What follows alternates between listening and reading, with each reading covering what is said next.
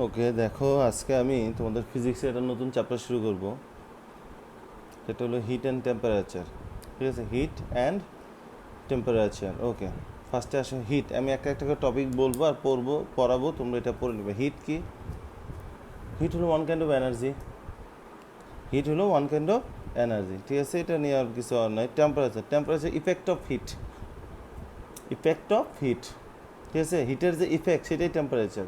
Hit বাড়লে temperature বাড়ে, heat কমে গেলে টেম্পারেচার কমে যাবে। বা আমরা আরেকভাবে বলতে পারি, কোনো একটা বডিকে টাচ করলে বডিটা ঠান্ডা না গরম, এই ফিলিংসটা যে তৈরি করে যার মাধ্যমে, সেটাই হলো টেম্পারেচার। ঠিক আছে, কারণ আমরা টেম্পারেচার বেশি হলে বলি গরম, টেম্পারেচার কম হলে বলি ঠান্ডা।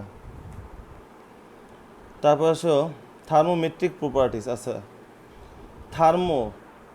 থার্মাল ফিজিক্স বলতে একটা কথা আছে। থার্মাল মানে হিট নিয়ে যেই ফিজিক্সে পড়াশোনা করি আমরা, সেটাই হলো আমরা থার্মাল ফিজিক্স। তার মানে থার্মাল দিয়ে কিন্তু হিট বোঝাচ্ছে, আসলে হিট এনার্জি বোঝায় থার্মাল কথাটা। আর থার্মোমেট্রিক প্রপার্টিস হলো যে সকল প্রপার্টিস বা কোনো একটা সাবস্টেন্স বা বডির যে সকল প্রপার্টিস থার্মাল চেঞ্জের সাথে সাথে চেঞ্জ হয়। দ্যাট মিন্স হিট চেঞ্জ হলে চেঞ্জ হয়। ক্লিয়ার? যে হিট চেঞ্জ হলে যে সকল প্রপার্টিস চেঞ্জ হবে সেগুলো হলো থার্মাল প্রপার্টিস। যেমন একটা লেন্থ হইতে পারে, ভলিউম হইতে পারে, তাই না? তুমি যদি একটা আয়রন রডের মধ্যে হিট দাও, অনেক আগুন দাও, তাহলে লম্বা হয়ে গেছে। আবার ধরো তুমি যখন পানি বা কোনো কিছু হিট দাও, গরম দাও, দেখবা ভলিউম বেড়ে গেছে। সো এই লেন্থ, ভলিউম এগুলো কি থার্মোমেট্রিক প্রপার্টিস হতে পারে। তারপরে কারেন্টের ক্ষেত্রে যে রেজিস্ট্যান্স আমরা পড়ছি, রেজিস্ট্যান্স দেখবা থার্মাল চেঞ্জ হলে রেজিস্ট্যান্সের ভ্যালু চেঞ্জ হয়। ক্লিয়ার? তো লেন্থ হতে পারে, ভলিউম হতে পারে, রেজিস্ট্যান্স হতে পারে, অনেক কিছু হতে পারে এই থার্মোমেট্রিক প্রপার্টিস, যেগুলো থার্মাল চেঞ্জ হলে চেঞ্জ হয়। তারপর আছে থার্মাল সাবস্টেন্স। থার্মাল সাবস্টেন্স কারা? যে সকল সাবস্টেন্স থার্মোমেট্রিক প্রপার্টি শো করে। সব সাবস্টেন্স কিন্তু থার্মোমেট্রিক প্রপার্টি শো করে। যেমন কাঠ, উড। কাঠ যদি তুমি হিট দাও পুড়ে যাবে, লেন্থ বাড়বেও না কমবেও না, ভলিউম বাড়বেও না কমবেও না, পুড়ে যাবে ডাইরেক্ট। এরা কি? এরা হলো থার্মোমেট্রিক প্রপার্টিস না বা সাবস্টেন্স না। কিন্তু যে সকল সাবস্টেন্স কি, যেমন মার্কিউরি হিট দিলে ভলিউম বেড়ে যায়, ঠিক আছে? তাহলে এটা কি? এটা একটা থার্মোমেট্রিক সাবস্টেন্স, ঠিক আছে? ওকে, ট্রিপল পয়েন্ট। ট্রিপল পয়েন্ট কি? ট্রিপল পয়েন্ট হলো যেই টেম্পারেচারে ওয়াটার তার তিনটে স্টেটেই থাকতে পারে। যেই টেম্পারেচারে ওয়াটার তার তিনটে স্টেট শো করতে পারে, যেমন সলিড, লিকুইড অ্যান্ড গ্যাস, তিনটা স্টেটই শো করতে পারে, সেটা হলো তার ট্রিপল পয়েন্ট বলি আমরা। সেটা কত? 0.01 ডিগ্রি সেলসিয়াস অর 273.16 কেলভিন, ঠিক আছে? কি বললাম? 16 না বলে 15 নিবা। ওকে, কি বললাম? যে ট্রিপল পয়েন্ট কি, তোমরা এটা কিন্তু সুন্দর করে নোট করবা, যে যেই টেম্পারেচারে ওয়াটার তার তিনটে স্টেটেই এক্সিট করতে পারে, ঠিক আছে? কি বললাম? যে তিনটে স্টেটেই এক্সিস্ট করতে পারবে, সেটাই হলো ট্রিপল পয়েন্ট, ঠিক আছে? 0.01 ডিগ্রি সেলসিয়াস অর কেলভিনে যদি বলো তা 273.15 কেলভিন। তারপরে আসে upper fix point or ice point. দেখো, আমরা যখন থার্মোমিটার যখন আমরা বানাই, বা তোমরা বাসায় যখন থার্মোমিটার দেখবা এরকম থার্মোমিটারে, যদি এটা থার্মোমিটার ভাবো, নিচে একটা পয়েন্ট দেওয়া আছে, টেম্পারেচার দেওয়া আছে, আবার উপরে একটা টেম্পারেচার দেওয়া আছে, ঠিক আছে? নিচের টেম্পারেচারকে বলি আমরা লোয়ার ফিক্সড পয়েন্ট, আর উপরের টেম্পারেচারটাকে বলি আপার ফিক্সড পয়েন্ট, ঠিক আছে? লোয়ার ফিক্সড পয়েন্টটা জেনারেলি আইস পয়েন্ট, আর আপার ফিক্সড পয়েন্টটা আসলে বয়লিং পয়েন্টের সমান হয়, ঠিক আছে? তো দুইটা ফিক্সড পয়েন্ট থাকে একটা থার্মোমিটারে, সেটাকে বলি আমরা লোয়ার ফিক্সড পয়েন্ট আর আপার ফিক্সড পয়েন্ট, ঠিক আছে?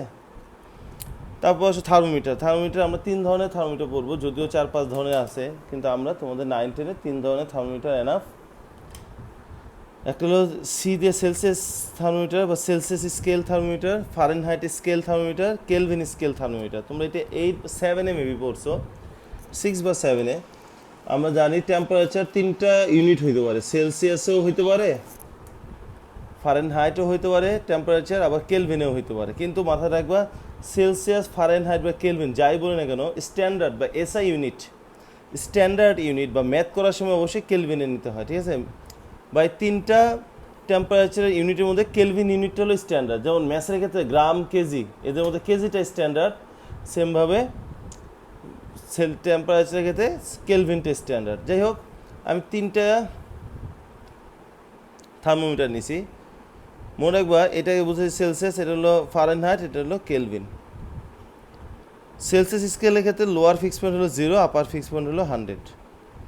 ফারেনহাইটের ক্ষেত্রে লোয়ার ফিক্স পয়েন্ট 32, আপার ফিক্স পয়েন্ট 212। কেলভিন স্কেলের ক্ষেত্রে লোয়ার 273, আপার 373.15। ক্লিয়ার? ওকে। এই সেলসিয়াস স্কেল, ফারেনহাইট স্কেল আর কেলভিন স্কেলের রিলেশন হলো C/5 equals to F minus 32/9 equals to K minus 273.15/5। ঠিক আছে?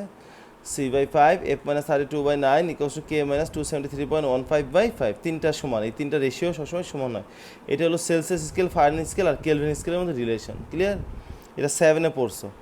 যেমন তোমাকে বললো কোনো একটা টেম্পারেচার, আচ্ছা আরেকটা জিনিস বলি, ধরো তোমাকে কোনো একটা ম্যাচ দিয়ে দিল গ্রামে, তুমি কী করবা? কেজিতে নিতে পারবা 1000 দিয়ে ডিভাইড করলে। সেমভাবে কোনো একটা টেম্পারেচার যদি কেলভিনে দেওয়া থাকে তাহলে সেলসিয়াসে আনতে হয় কীভাবে?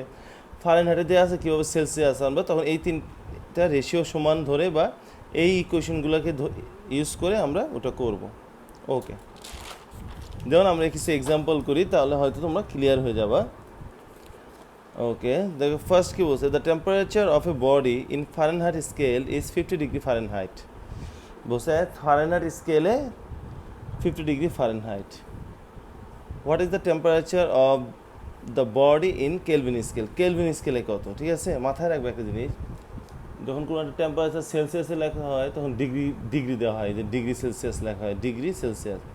ফারেনহাইটে লিখতে হলেও ডিগ্রি ফারেনহাইট লেখে, কিন্তু কেলভিনে লিখলে কোনো ডিগ্রি দিতে হয় না, শুধু কেলভিন। ঠিক আছে? ওকে, তাহলে বলছে ফারেনহাইটে যদি 50 ডিগ্রি ফারেনহাইট হয় তাহলে কেলভিনে কত? তাহলে আমরা জানি ফারেনহাইট আর কেলভিনের রিলেশন, এই যে এখানে দিছিল দ্বিতীয় দুইটায় ফারেনহাইট আর কেলভিন রিলেশন কি? F minus 32/9 equals to K minus 273.15/5। তাহলে F কত দিয়েছে? 50 ডিগ্রি ফারেনহাইট। ঠিক আছে, তাহলে F এর জায়গায় আমি কত বসাবো? 50 বসাবো। এখানে ডিগ্রি ফারেনহাইট বসানোর দরকার নাই, শুধু ভ্যালুটা বসাইতে হয়। 50 বসালাম, 32/9 K minus 273.15/5। এটা সলভ করলাম, সলভ করার পর K এর ভ্যালু কত আসলো? নর্মাল সব এটা ক্যালকুলেশন করবা, ক্রস মাল্টিপ্লিকেশন করবা, K এর ভ্যালু আসবে 283.15 কেলভিন। দেখো এখানে কিন্তু আমি ডিগ্রি দিইনি, সো এটা মাথায় রাখতে হবে, এটাই অ্যান্সার।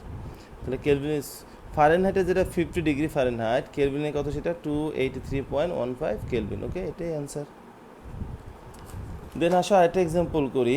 আচ্ছা, আরেকটা এক্সাম্পল করার আগে একটা জিনিস বলে নিই, absolute zero temperature. What is absolute zero temperature? ঠিক আছে, অ্যাবসলিউট জিরো টেম্পারেচার হলো যে টেম্পারেচারে কোনো একটা গ্যাসের ভলিউম থিওরেটিক্যালি জিরো হয়।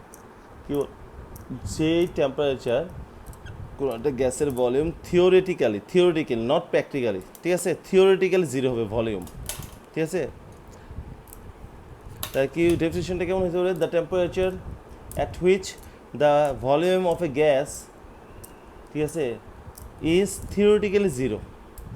At the temperature at which the volume, এভাবে না বলে বলতো the temperature for which the volume of a gas becomes zero theoretically, ঠিক আছে, not practically। ক্লিয়ার? আসলে কি কোনো গ্যাসের বা কোনো কিছুরই ভলিউম কখনো জিরো হইতে পারে না, এর জন্য আমরা এটাকে বলি প্র্যাকটিক্যালি সম্ভব না, কিন্তু থিওরিটিক্যালি ম্যাথমেটিক্যালি আমরা কি করতে পারি, এটা ইন্টারনেটে পাবা, খালি এটুকু মাথায় রাখবা। এটা আর অ্যাবসলিউট জিরো টেম্পারেচার ভ্যালু হলো -273.15 degree Celsius or 0 Kelvin. Clear আছে কি? -273.15 degree Celsius or 0 Kelvin. Okay, তারপর বলছে what is the absolute zero temperature in Fahrenheit scale. আচ্ছা, বলছে what is the absolute zero temperature in Fahrenheit scale. Fahrenheit স্কেলে zero টেম্পারেচারের value কত? আমরা তো শিখলাম কেলভিনে 0 কেলভিন আর ডিগ্রি সেলসিয়াসে -273.15 ডিগ্রি সেলসিয়াস। এখন ফারেনহাইটে কত এটা শিখবো। ঠিক আছে, তাহলে আমরা কি জানি? C/5 = F - 32/9। ঠিক আছে, আমরা জানি সেলসিয়াসে কত? -273.15। এটা 5 বসালাম, F এর ভ্যালু এখন বসাবো, বের করে ফেললেই হবে, শেষ। সি কত, মানে অ্যাবসলিউট জিরো টেম্পারেচার সেলসিয়াসে কত? -273.15 বসাই দিলাম। এখন সবার ভ্যালু তো আছেই, শুধু এখন ক্রস মাল্টিপ্লিকেশন করে F এর ভ্যালু বের করবো। কত আসে? -459.67 ডিগ্রি ফারেনহাইট। তাহলে ফারেনহাইট স্কেলে অ্যাবসলিউট জিরো টেম্পারেচার হলো -459.67 ডিগ্রি ফারেনহাইট। ক্লিয়ার? ওকে।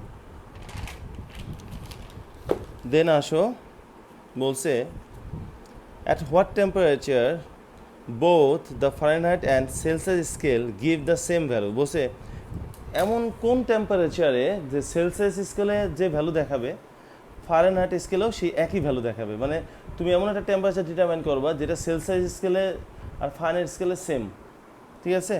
ওকে, তাহলে আমি ধরে নিলাম যেহেতু বলছে সেলসিয়াস স্কেলে ফারেনহাইট স্কেলে সেম, তাই ধরে নিলাম let see equals to F.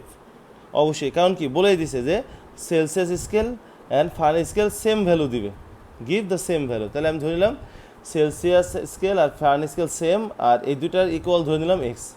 যেহেতু সি আর এফ সমান, তাই সি আর এফ ইকুয়ালস টু আমি ধরে নিলাম এক্স। ওকে, তাহলে এখন আমরা জানি সি আর এফ এর মধ্যে relation C by 5 equals to F মানে 32/9।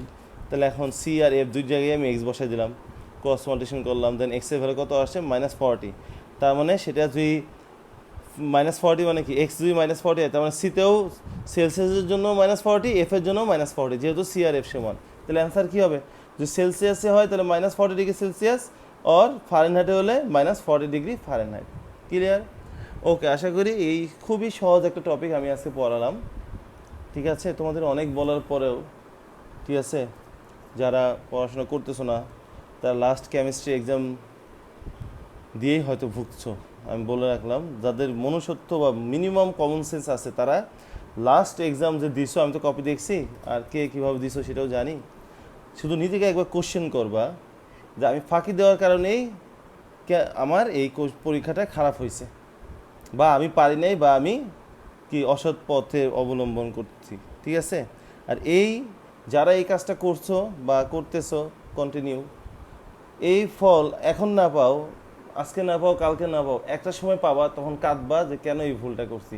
এই কারণে কেউ আগায় যাবে আর কেউ একদম পিছায় থাকবে, ঠিক আছে? আমি একটা শুধু বলে রাখলাম, আমি শুধু এটাই বললাম, কেমিস্ট্রি যে আমি পিরিয়ডিক টেবিল পড়াইছি, যারা রেগুলার পড়াটা ফলো করো নাই তারা অন্য, ঠিক আছে, যে টিচারের কাছে পড়ো না কেন বা পড়ে আসো না কেন, ঠিক আছে, ইনফরমেশনের গ্যাপ থাকবে। আমি তোমাদের ম্যাক্সিমাম ইনফরমেশন দিয়ে পড়াইছি কেমিস্ট্রি, এই কারণে, ঠিক আছে, অনেকে পারছে, আর যারা ফলো করে নাই ভাবছে বই পড়ে বা ই করে ভালো করব, তারা ভালো দিতে পারে নাই, ঠিক আছে? সো আমি বললাম যারা ভালো করতে চাও লেকচার বাই লেকচার পড়াশোনা কমপ্লিট করে ফেলবা, প্রতিদিনে পড়া, প্রতিদিন হোমওয়ার্ক করে ফেলবা, এবং এর রেজাল্ট অবশ্যই পাবা, ঠিক আছে? সামনে হাফ ইয়ার পরীক্ষা আসবে, সেই রেজাল্টেই এর রেজাল্টটা পেয়ে যাবা। ক্লিয়ার? ওকে, সবাই তাহলে ভালো থাকো ইনশাল্লাহ। নেক্সট আমি আবার এইটা যদি কমপ্লিট করে দাও, দেন আমি আবার তোমাদের পড়াবো। আর একটা কাজ দিয়ে দিই, এই 3টা ম্যাচ তোমরা তো অবশ্যই নোটের মধ্যে করবা, করে heat, temperature, thermometric substance, thermometric properties, triple point, lower fix point, upper fix point, আর অ্যাবসোলিউট জিরো টেম্পারেচার, এগুলো সুন্দর করে নোট করবা তোমরা, ডেফিনেশন, ঠিক আছে? নোট করে 3টা ম্যাথ আবার তোমরা নিজেরা করে আমাকে সাবমিট করবা, ঠিক আছে? আশা করি এইবার কেউ ফাঁকি দিবা না, আমার রিকোয়েস্ট। ওকে, আল্লাহ হাফেজ, ভালো থাকো।